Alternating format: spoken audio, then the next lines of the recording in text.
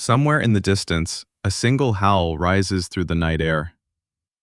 Within seconds, more voices join it, rising and falling together until the whole forest seems to hum with sound. You have probably heard this in a movie and assumed it means one simple thing: the wolves are howling at the moon. But the real reason has almost nothing to do with the moon at all. This idea has been repeated so many times that it feels like settled fact. Cartoons show it. Folklore reinforces it.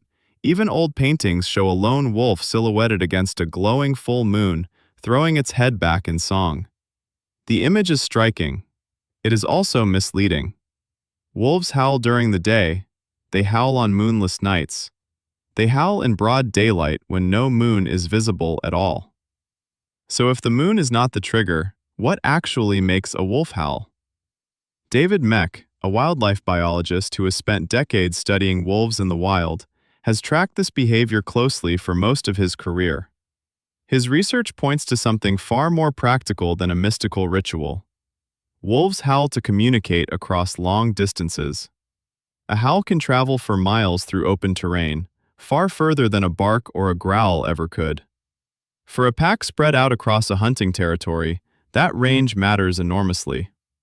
Think about what a wolf pack actually needs to survive. Their territory can stretch across dozens, sometimes hundreds of square miles.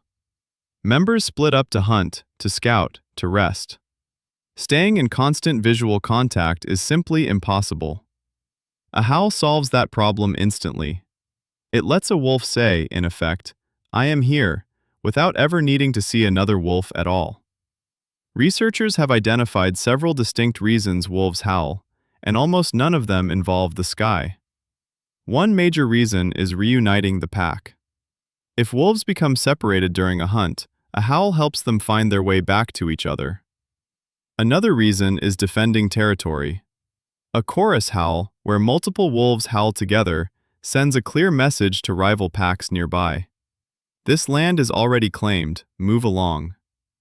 Researchers have even found that wolves adjust how they howl depending on whether they believe a rival pack is close or far away, suggesting a surprising level of strategic awareness behind something that sounds, on the surface, like simple noise.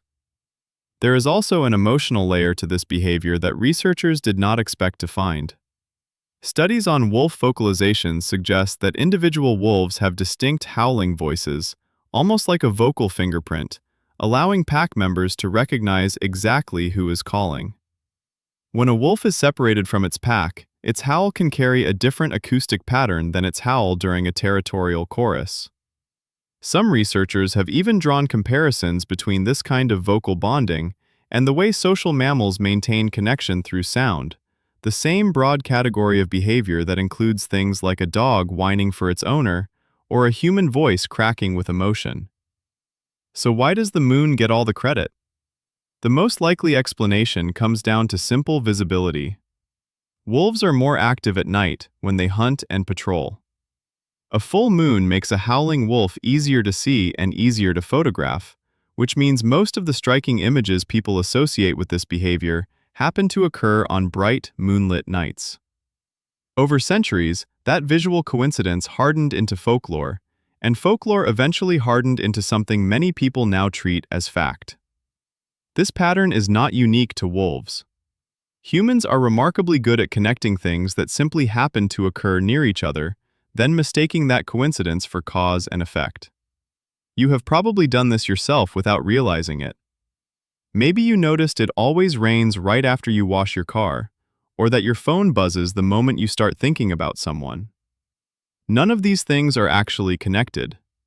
Your brain just naturally searches for patterns, even where none exist, because pattern recognition was once a powerful survival tool for your ancestors. This is what makes the wolf and moon myth so interesting. It is not really a story about wolves. It is a story about how human minds work. You take a striking image, repeat it often enough, and it becomes accepted truth, even when the actual science quietly points somewhere else entirely. So the next time you hear a wolf howl in a movie, with the moon glowing dramatically behind it, remember what is actually happening. That howl has nothing to do with the moon above. It is a wolf reaching out across distance, calling to its pack, marking its territory, or simply saying, in the oldest language mammals share, "I am still here, and I am listening for you."